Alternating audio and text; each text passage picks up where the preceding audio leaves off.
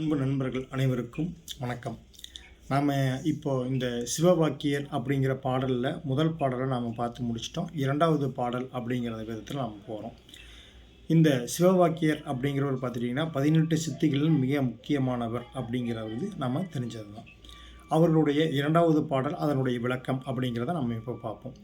என்னிலே இருந்த ஒன்றையான் அறிந்தது இல்லையே, என்னிலே இருந்த ஒன்றையான் அறிந்து கொண்ட பின், என்னிலே இருந்த ஒன்றை யாவர் காண வல்லவரோ, என்னிலே இருந்தது யான் உணர்ந்து கொண்டேனே அப்படிங்கிறது பாடல்.